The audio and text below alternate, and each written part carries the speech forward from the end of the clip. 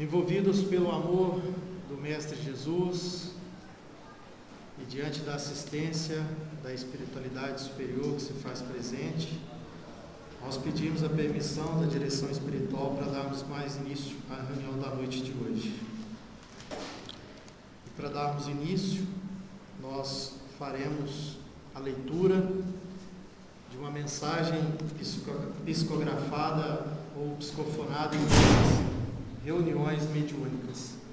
Então, a partir de hoje, as leituras serão realizadas aqui nas nossas reuniões de segunda-feira, e essas mensagens, elas têm um cunho moral, uma mensagem que traz para nós o ensinamento de Jesus, traz para nós o despertar das nossas consciências para o amor ao próximo, para o amor a nós mesmos, e também despertar em nós a necessidade de trabalharmos as nossas virtudes, os vícios morais, e além disso, despertar também em nós a necessidade do progresso moral.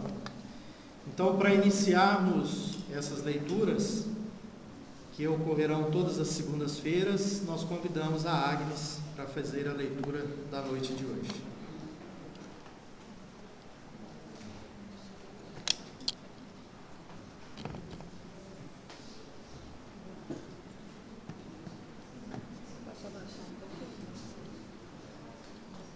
Boa noite, irmãos. Começando então a primeira leitura da mensagem psicofonada na casa. Filhos amados de minha alma, que Jesus, o Filho de Deus, está muito baixo? Peraí.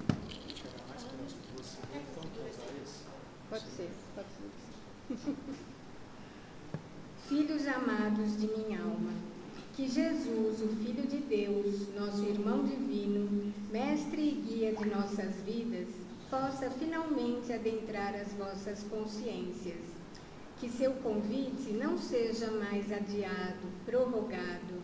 Que tenhamos todos a verdadeira coragem de lutarmos contra aquilo que nos prende às dores. O livre-arbítrio, meus amados, faz parte de nós, espíritos imortais em jornada evolutiva. E essa liberdade é o que vai nos norteando, nos fazendo caminhar. A busca pelo conhecimento está no Evangelho de Jesus, o Novo Testamento, livro-luz que ilumina o caminho de todo aquele que não teme mais a Deus, que não teme mais as escolhas espirituais, que compreende a bússola do amor, que indica sempre o bem ao próximo, mas, sobretudo, que nos alerta para amarmos a nós mesmos. Amados filhos de minha alma, jamais se ama quando não se tem amor. E buscar o amor em nós é alcançar o conhecimento profundo de quem somos, seres em construção para refletirmos o próprio amor. É momento de aceitarmos, sim, o convite realizado, de seguirmos em frente na fé, na coragem de sermos bons, de sermos a essência divina criada por Deus Pai, amor que nos espera. É muito linda essa mensagem que nos chama para o amor e principalmente para que nós nos amemos, porque se nós não nos amarmos, nós não poderemos amar ao próximo. Porque Jesus diz amar ao próximo como a nós mesmos. Então vamos aprender a nos amar, a nos respeitar, a buscar o conhecimento através do autoconhecimento. Uma noite de luz e de paz a todos.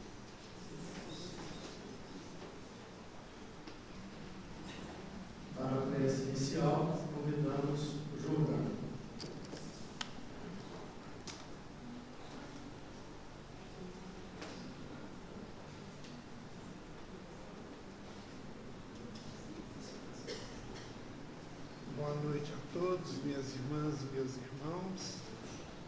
Vamos elevar os nossos pensamentos a Jesus, apesar de todo esse ambiente já preparado pelo coral, pela leitura da nossa irmã. Nós já estamos em verdadeira sintonia com o alto. Então vamos mais uma vez, sintonizando com o nosso Mestre amado Jesus, divino modelo enviado pelo nosso Criador para nos guiar no nosso processo de evolução. Mestre amado, envolva a nossa casa na sua luz, no seu amor, na sua misericórdia, todos os nossos trabalhos. Oriente, divino irmão, aqueles que vão à frente, transmitir os ensinamentos para nós, e também que essas vibrações de amor, Jesus, daqui parta também para os nossos lares e para todos os lares do planeta Terra. O seu amor, divino irmão, representa o amor de Deus, o nosso Pai, por todas as criaturas humanas.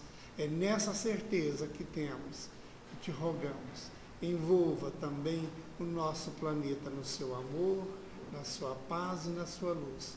Fica conosco, Jesus, nesta noite, que assim seja.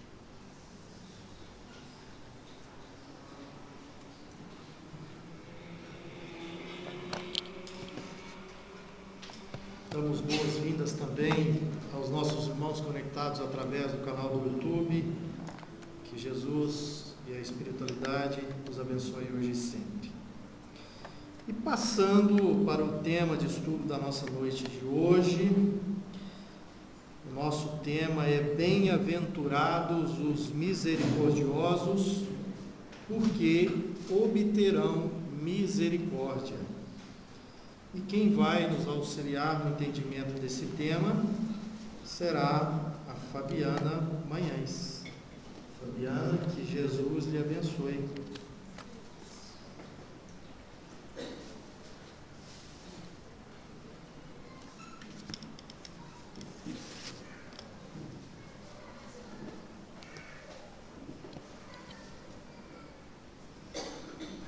Boa noite, meus irmãos. Que a paz do Divino Mestre Jesus se faça em nossos corações e que a espiritualidade benfeitora nos ilumine e nos auxilie. Quando nós falamos bem-aventurados, os misericordiosos, porque obterão misericórdia, na verdade nós estamos falando de uma das bem-aventuranças do Sermão do Monte. E é interessante nós pensarmos nesse Sermão do Monte, ou Sermão da Montanha, em que Jesus ali à beira do lago de Genezaré, vendo a multidão que se aconchegava, ele sobe e ele então se senta como os sábios hebreus quando iam fazer um ensinamento.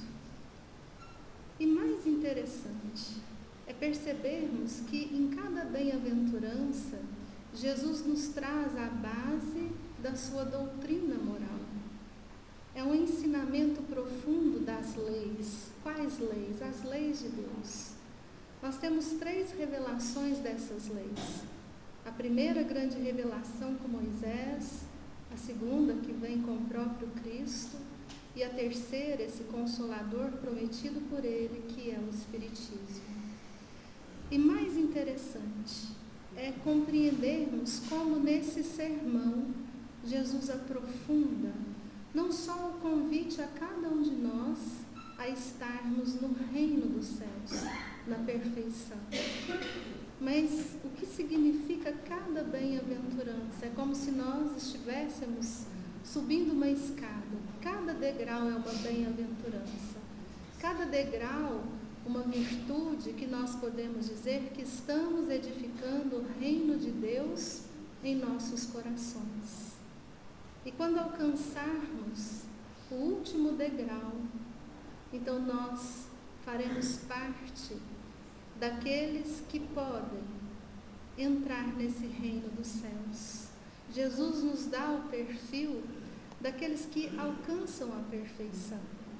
Se nós lembrarmos desse sermão da montanha, Jesus, ele começa os seus ensinamentos nos dizendo: bem-aventurados os pobres em espírito, porque deles é o reino dos céus.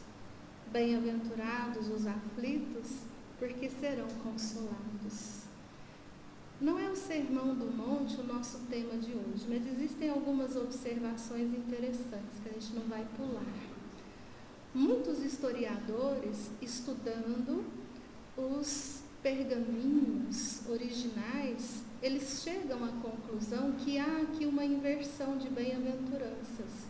Que a primeira bem-aventurança seria: bem-aventurados os aflitos, porque serão consolados.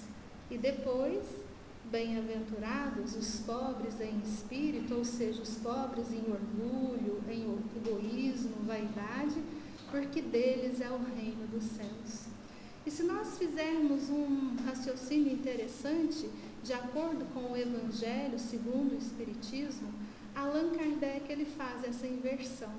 O 5º capítulo é Bem-aventurados os aflitos. E Allan Kardec tem como guia espiritual o Espírito da Verdade, Jesus de Nazaré, o orientador, aquele que vem nesse movimento de regeneração da Terra. E aí nós vamos raciocinar também que quando nós passamos por dores, por sofrimentos, vamos pensar cada um de nós. Quando que nós vamos buscar a humildade? Muitas vezes diante do problema. Muitas vezes diante dessas dores, nós vamos nos resignar.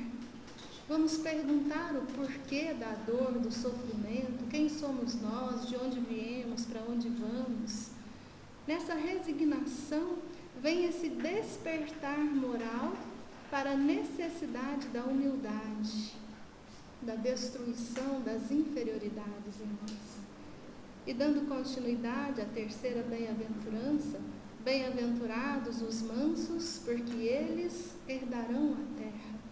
Aqui também Jesus nos alerta, a terra regenerada, os mansos e não os violentos. Bem-aventurados os que têm fome e sede de justiça, porque serão saciados. Bem-aventurados os misericordiosos, porque obterão misericórdia. E quando a gente fala dessa escada, subir degrau por degrau, a gente já pode chegar a uma conclusão interessante. Tem como nós sermos misericordiosos sem sermos humildes? Não. Tem como nós sermos misericordiosos sem sermos mansos, pacíficos, sem sermos justos? E aí nós começamos a pensar, mas eu estou lá no primeiro degrau tentando ser humilde.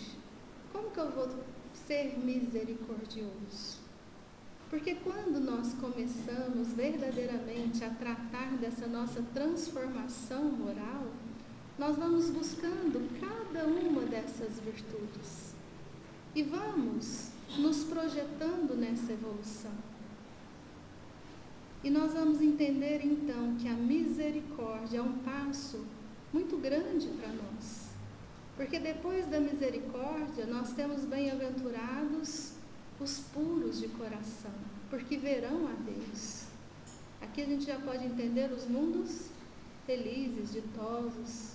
Bem-aventurados os pacificadores, porque serão chamados filhos de Deus. Os mundos celestes, aqui sim o reino dos céus. Bem-aventurados sois vós, quando vos perseguirem por causa de mim.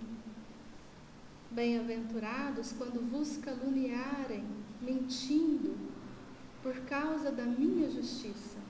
Alegrai-vos, porque assim também trataram os profetas. E é grande a recompensa no reino dos céus. Quando a gente pensa nesse sermão da montanha, nós vamos percebendo a importância dessa escada, desse encaminhamento, mas, sobretudo, esse convite de Jesus para a edificação desse reino de amor em nós. Porque qual que é o convite? Não é para nós estarmos amanhã no reino dos céus, mas para que a gente perceba essa caminhada evolutiva. O convite é: amai-vos uns aos outros. O amor que somos nós, que vai se expandindo, como a Agnes trouxe aqui, à medida que nós vamos exercitar esse amor em direção aos nossos irmãos, ao nosso próximo, a Deus. E quando Cristo nos diz: bem-aventurados os misericordiosos, porque obterão misericórdia, aqui é muito interessante que ele deixa tão claro que nós primeiro temos que ser misericordiosos para obtermos a misericórdia divina. Se nós pegarmos ali em Mateus capítulo 6, versículos 12 e 13, nós temos a oração do Pai Nosso. Pai nosso que estais no céu, santificado seja o vosso nome, venha a nós o vosso reino, seja feita a vossa vontade, assim na terra como no céu. O pão nosso de cada dia dai-nos hoje. Perdoai as nossas dívidas, as nossas ofensas, assim como perdoamos os nossos ofensores, os nossos devedores. Quando a gente recorre à língua portuguesa, assim como, o que significa? Tal e qual. Também no Evangelho de Mateus, capítulo 6, versículos 14 e 15, Jesus faz uma advertência, que se nós perdoarmos aos homens, Deus também nos perdoará. Mas se não perdoarmos aos homens, o Pai não nos perdoará. Aí vem aquela interrogação, aquela incógnita. Um amor incondicional de Deus por cada um de nós. Nós que estamos aqui justamente pela misericórdia de Deus que nos permite repararmos os erros, será que Ele não está nesse instante perdoando as nossas ofensas, mesmo que nós não perdoemos aos nossos irmãos? A gente não fica com essa dúvida? Mas não é esse o ensinamento, porque Deus ele não é punitivo. O ensinamento aqui é justamente a dinâmica dessa lei de amor. E é interessante que Francisco de Assis foi quem mais entendeu essa dinâmica do amor divino, do amor de Deus para conosco. Na sua oração, o que ele nos diz? É perdoando que se é perdoado, é amando que somos amados. Ele vem falar da virtude, sempre em direção ao próximo, porque essa é a dinâmica da vida.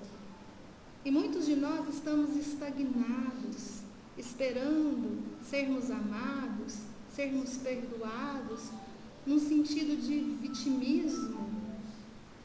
Mas não é essa a dinâmica. Por quê? Porque nós somos centelhas sagradas, centelhas divinas, perfectíveis. O amor é latente em nós. Mas para amarmos e nos capacitarmos a esse reino dos céus, existe a ação, a dinâmica. O que Jesus quer nos dizer é que quando nós passamos a amar, a perdoar, a servir, nós então estamos nessa dinâmica universal da lei de Deus. Porque o que é misericórdia? Misericórdia é um termo muito amplo, mas que vai nos dizer de bondade, de piedade, sobretudo de perdão. Perdão que engloba essa bondade. Quando nós perdoamos, nós praticamos um bem ao próximo? Sim. Mas praticamos um bem maior a quem? A nós mesmos. É o que o Cristo ensina. Quando nós falamos de indulgência, o que é essa indulgência? É independente da ofensa que nos tenha sido feita, nós olhemos o ofensor como um irmão nosso. Às vezes ainda ignora a própria essência divina, é a empatia de nos colocarmos no lugar do outro. A misericórdia é uma virtude que ela abarca, vamos dizer assim, os bons sentimentos. Mas se pudéssemos escolher uma só palavra como sinônimo de misericórdia, qual seria? Compaixão também engloba, mas uma palavra só. Perdão. Amor também engloba. Por que o perdão? O capítulo 10º do Evangelho segundo o Espiritismo, Allan Kardec traz essa bem-aventurança. E já no início, ele vai nos colocar perdoar para que Deus nos perdoe. Esse entendimento, nós estávamos falando de Francisco de Assis, de servir ao próximo. O que nos leva a servir ao próximo? Verdadeiramente, não é com interesse, não. É esse amor que já se desdobra, que já se desabrocha em nós. Esse é o sentido real. Esse amai-vos uns aos outros. E é interessante que nós vamos entender isto em uma passagem do Cristo que está no Evangelho de Mateus, capítulo 22 a 35, chamada a parábola do credor impassível. Então ali Jesus conta que havia um senhor que ele resolveu tomar as contas aos servos, aos servidores.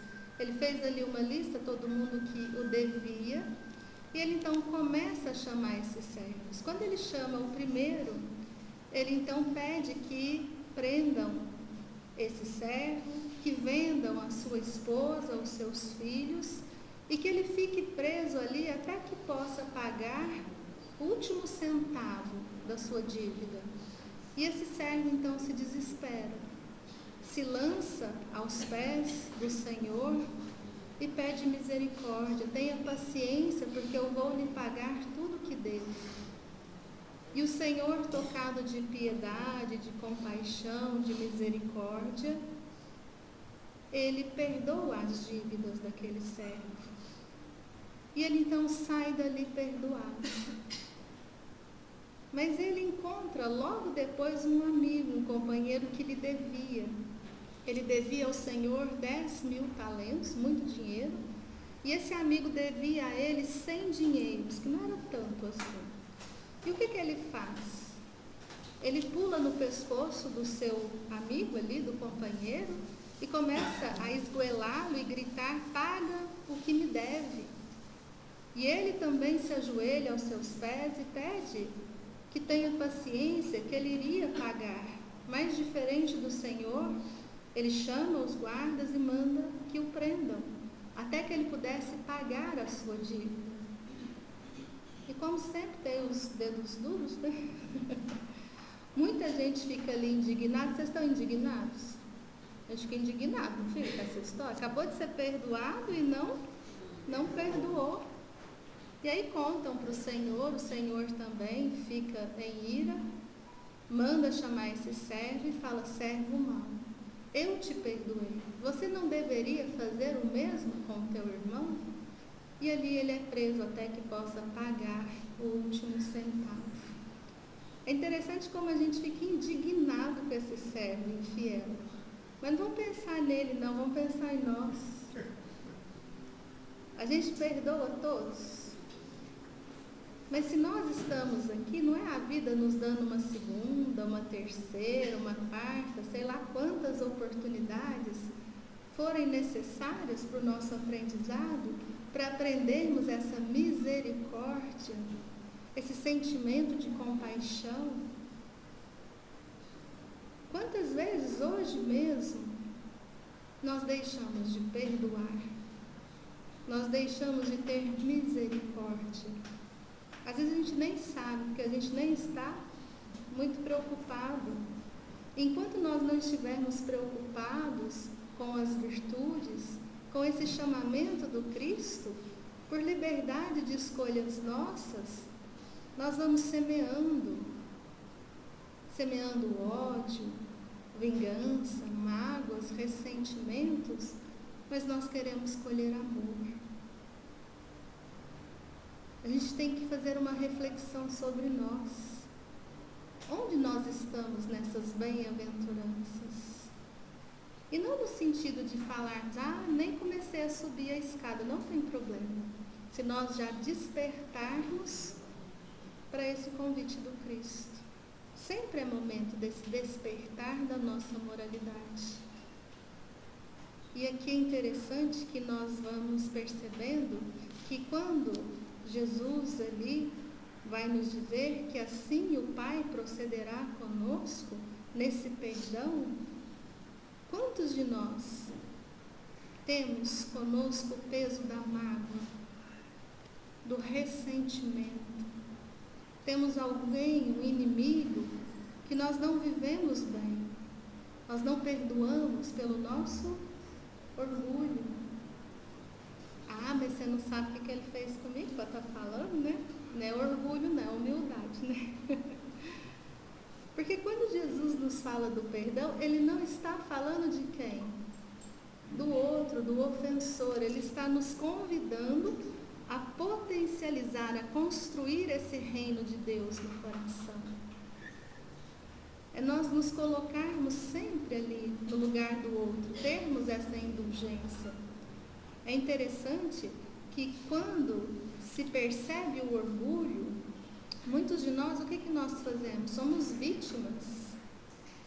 Nós somos mal amados. Muitos de nós estamos com a cara feia, mal amados não pelos outros, por nós, porque esse amor a si mesmo nos leva a essa dinâmica da vida de servir, de amar, de perdoar, de misericórdia, de nos libertar das ofensas. É como se a gente tivesse ali, né, aquele espinho cravado nas mãos, e o que a gente faz todos os dias? Você viu o que o fulano fez comigo? Mas dói. A gente mexe até para sangrar, que é para causar mais efeito, né?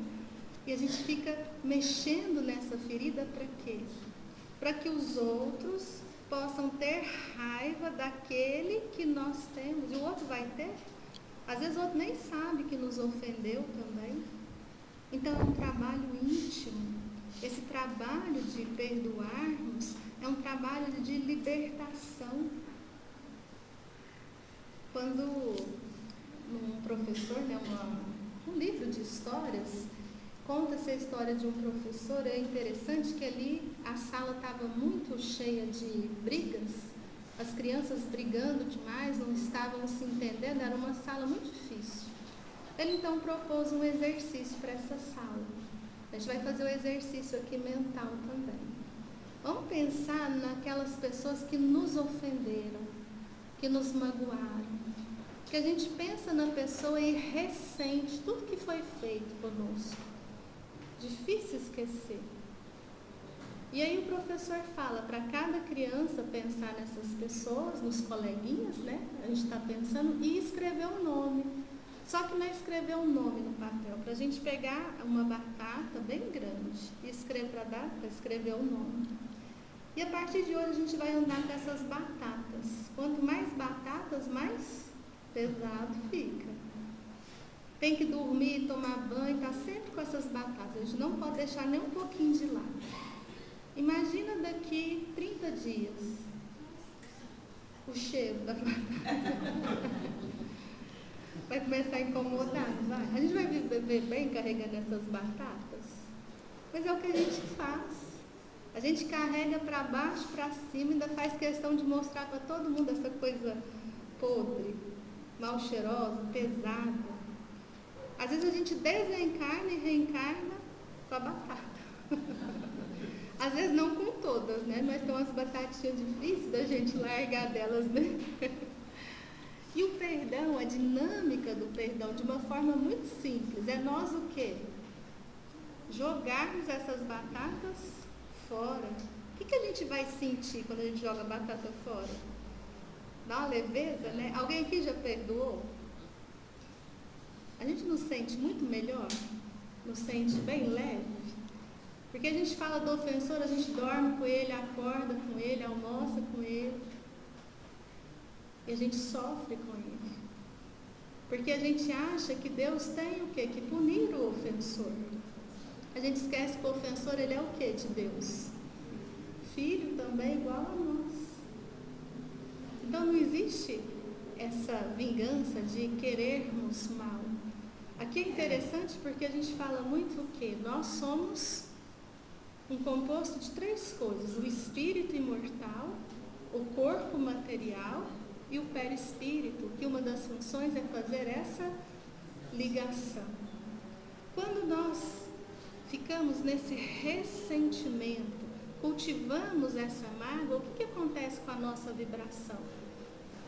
Ela cai. Baixa vibração, densa, pesada. Nós não sorrimos tanto, nós não temos tanta luz, por quê? Porque a gente está vibrando no ódio, na raiva, no desejo de vingança. Não, mas eu sou espírita, não desejo vingança. Só lá no subconsciente, no pensamento. Adianta? Não, a gente tem que conhecer e reconhecer as nossas emoções.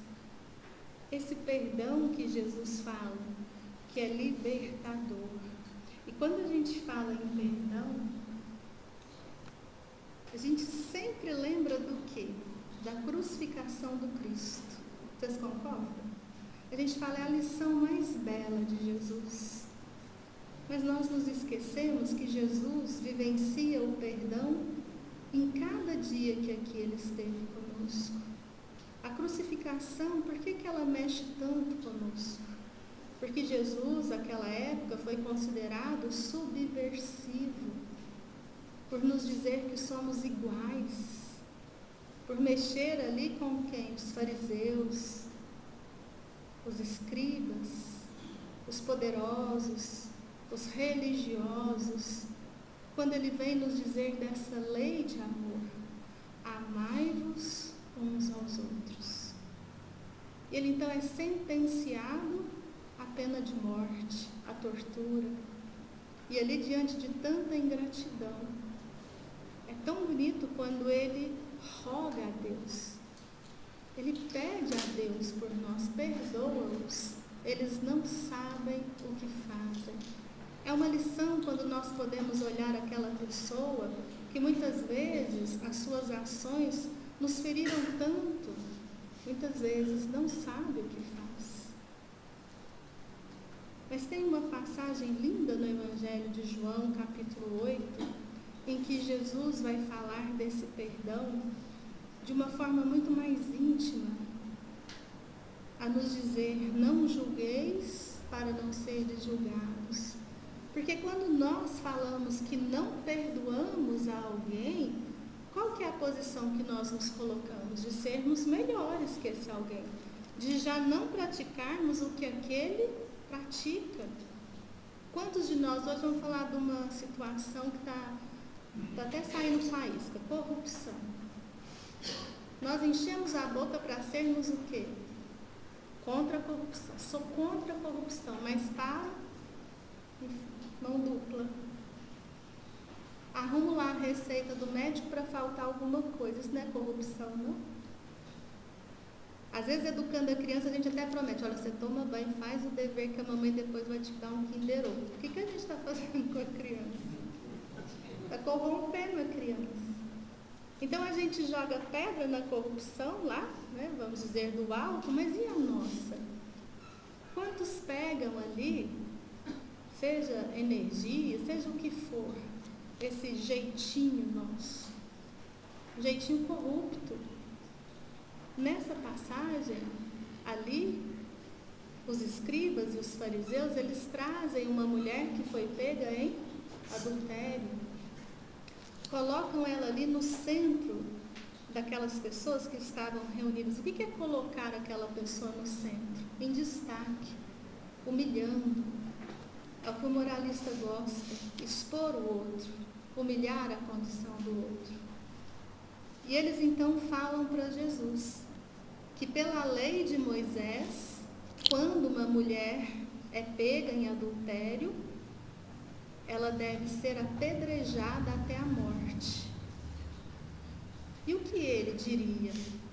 Eles estavam falando isso para tentar Jesus, porque se Jesus mandasse apedrejar, até a gente não estaria aqui falando de Jesus hoje, né? Ele traz a lei de amor e manda apedrejar a mulher adúltera.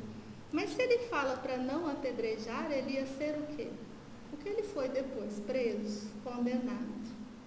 Então conta-se que Jesus abaixa e começa a escrever na terra, ali na areia. E como eles insistissem muito, Jesus levanta e diz: atire a primeira pedra aquele que estiver sem pecados.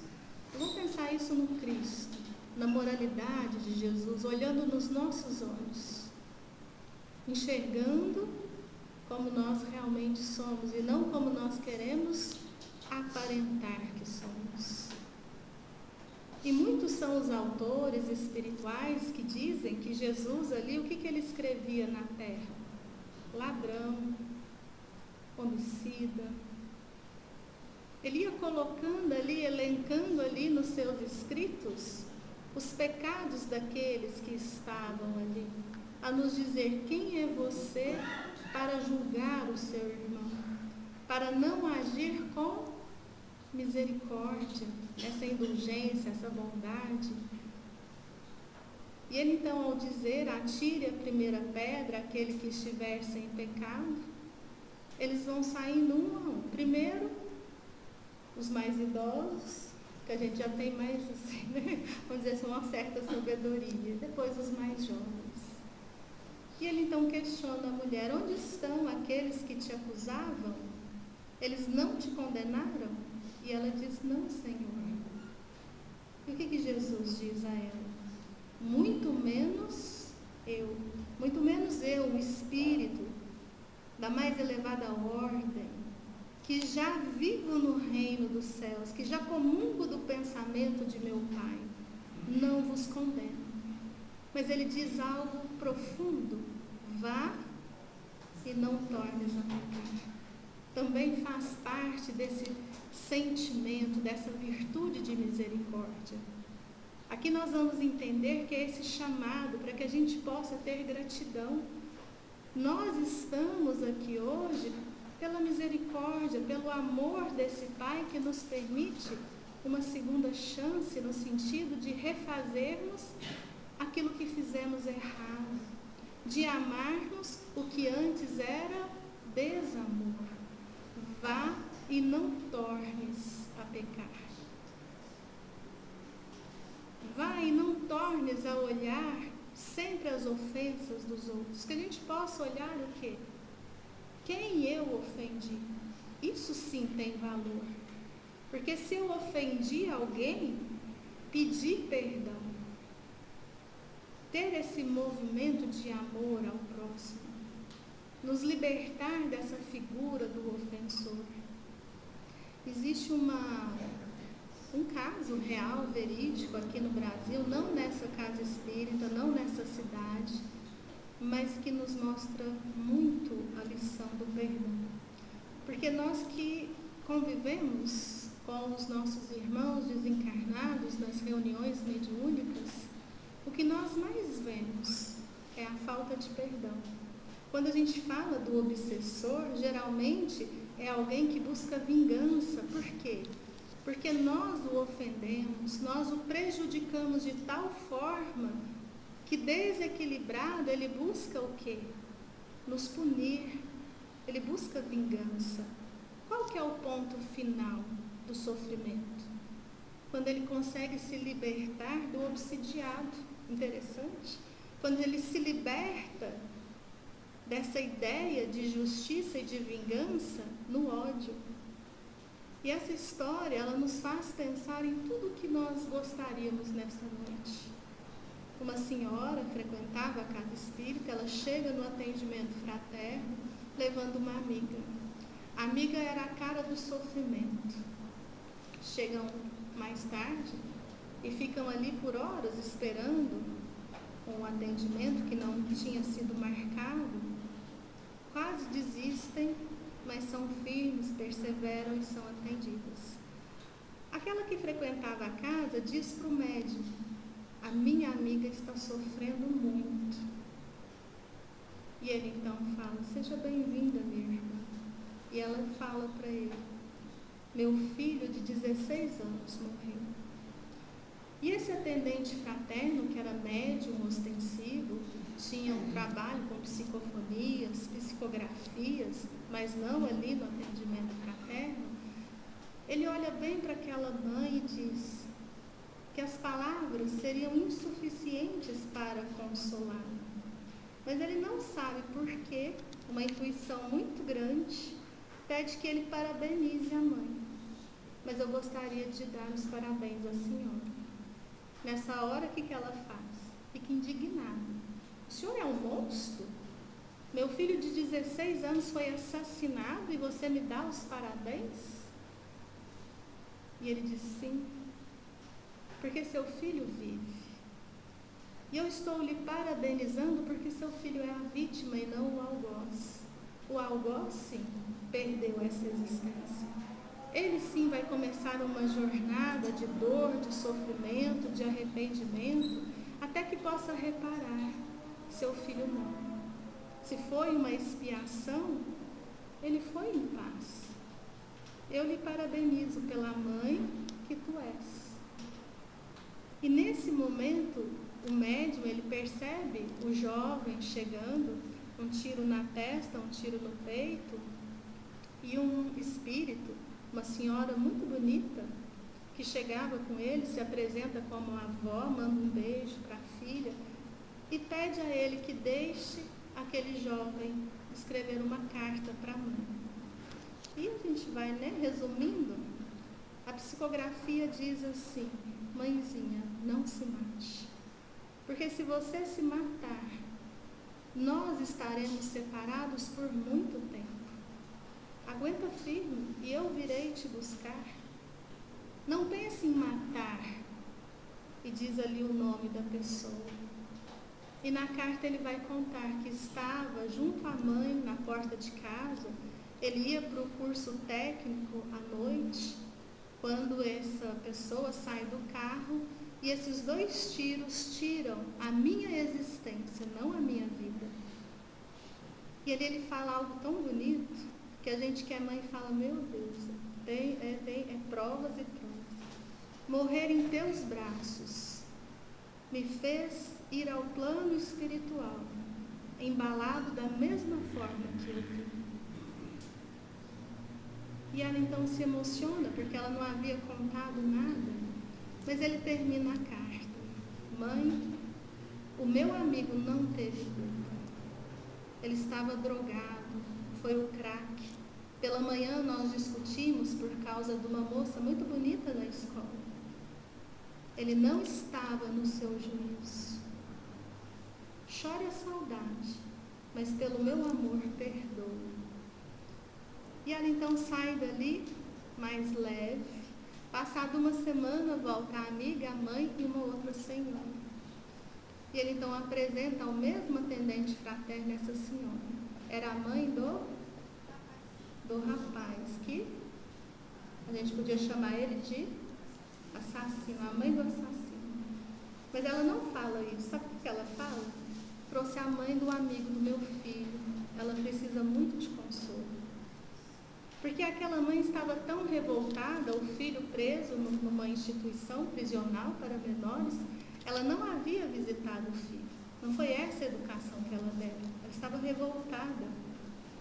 E vem uma outra psicografia, pedindo àquela mãe que acolha o seu filho, que vá visitá-lo e que diga a ele, mostre a ele a carta dizendo: eu o perdoo de todo o meu coração. Passado alguns anos, nós vamos ver esses personagens de uma forma interessante. O garoto, também de 16 anos, cumpriu a pena.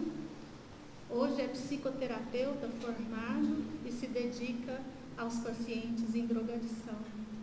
A mãe que teve o filho morto abriu uma instituição para dependentes químicos que não têm condições de pagar. Esse psicoterapeuta é um dos voluntários da sua clínica, assim como a sua mãe. Toca ou não toca as nossas almas? Porque se a gente tirar dessa história a misericórdia ou o perdão, o que nós estaríamos falando aqui? De dor, de desespero, de revolta, às vezes de suicídios, de assassinatos. quantas e quantas encarnações até que o perdão colocasse esse ponto final.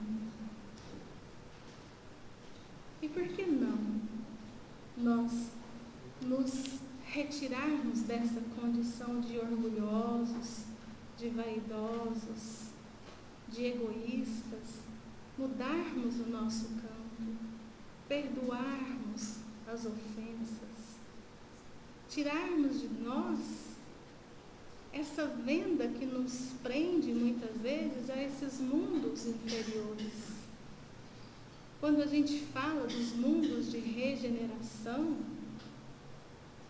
é dos mansos, dos humildes, dos justos, dos misericordiosos. Por que nos prendermos às dores, aos sofrimentos? Nós não precisamos que a dor nos desperte. Quantas lágrimas estão à nossa volta, nos convidando a uma reflexão? Quantos de nós já temos condições de compreender o perdão que Jesus nos ensina? Quando ele está ali dizendo do perdão, Simão Pedro diz: mas mestre, quantas vezes terei que perdoar o meu próximo? Até 7 vezes? E quando Jesus diz, não lhe digo 7 vezes, mas 70 vezes, 7 vezes, a gente faz as contas, né? Tem que perdoar 490 vezes. Cada ofensa. Aqui Jesus fala de qual perdão? Perdão incondicional. Porque a gente põe condição, não põe perdão. Você me xingou, passa, te perdoo. Você matou, aí já está difícil. Não, mas é a 8ª vez que eu perdoo. Daqui para frente eu vou deixar de ser o quê? A gente fala isso, né? Que a gente vai deixar de ser bobo. Né? Vamos ficar mais nos mundos inferiores. A verdade é essa. Esse perdão incondicional, sem condições. E o Evangelho nos fala que existem 2 formas de nós perdoarmos. Uma é nobre, verdadeira, vem do coração, onde nós não ofendemos o amor próprio do outro, onde nós buscamos a caridade verdadeira do perdão.